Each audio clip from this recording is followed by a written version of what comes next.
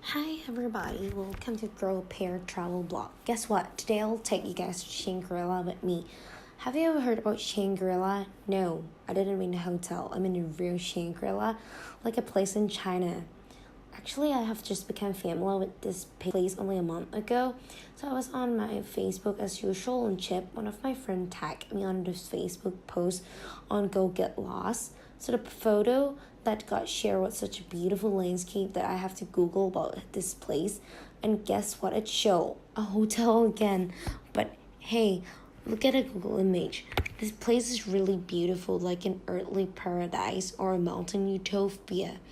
It was a beautiful that when Chip asked me and Pin to join his trip, we could not deny. Then we go fast forwarding. After applying a visa, yes, you need a visa. Packing, say goodbye to my dog, then I'm ready to go. So we meet at the airport at sharply 7, since it takes ages to travel to Shangri-La, not because of the flight, but because of the layover. Then we finally land at the DIQ airport.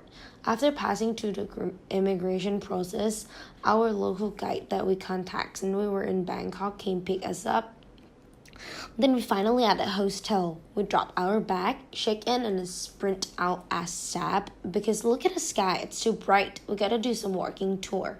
So we noticed that the place we're in right now is in an old town, since the buildings are in an ancient Chinese style, and they won't allow a vehicle to access in here as well.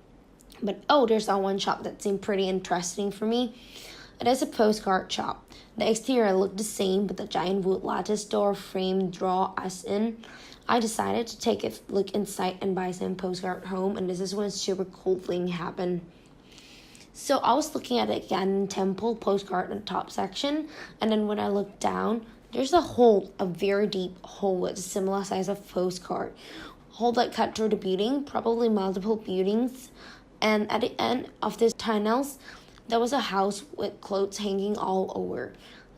The whole act like a border of the postcard, but framed the real world. Different one gives different view, and then different view from the postcard as well. So I ain't up lost in that shop for almost like half an hour. So nothing interesting happened next. Besides, it was my first time trying a yak meat. It was better than I thought though. Then we just went back to the hotel. Me, Ert, and playing. We don't feel like sleeping, so we hanging around in the lobby, chit-chatting. And then Ert steadily point out at the moon outside of the glass wall we sit next to. We all take our phone out and trying to compete the best pictures here. But weird thing is that the glass wall facing back building of the hotel, which operating laundry instead of facing the main street.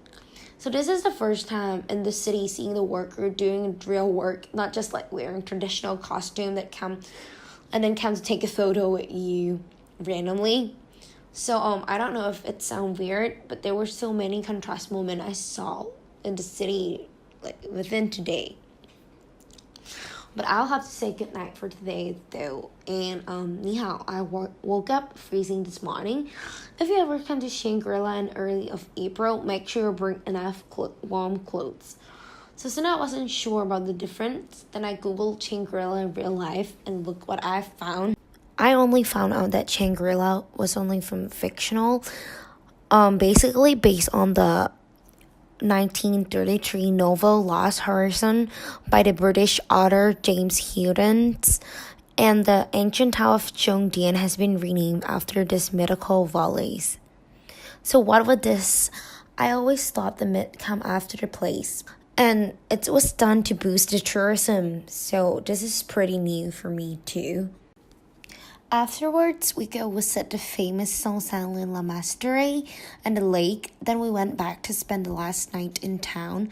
And because I am so into this place, so I asked Fran and Pin if they would like to join my walk tour in the old city or not, and gladly they joined.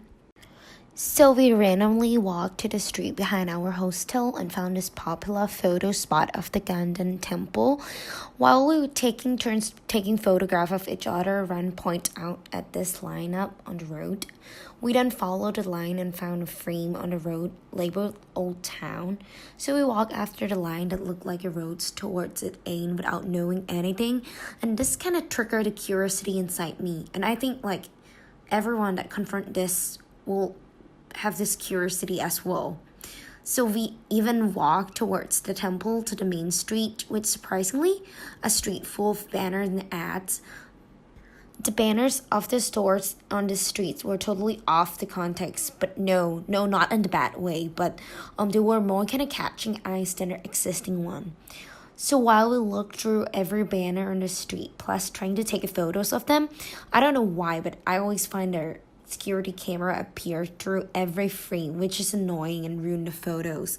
So I was a bit annoyed by this, so I have just to walk away from the scene. But there was more irritating parts by finding a text say selfie here's or best photo here's through the mirror that laid on the floor. And then I would ended up selfie with that mirror and get the security camera as the background more explicit than ever.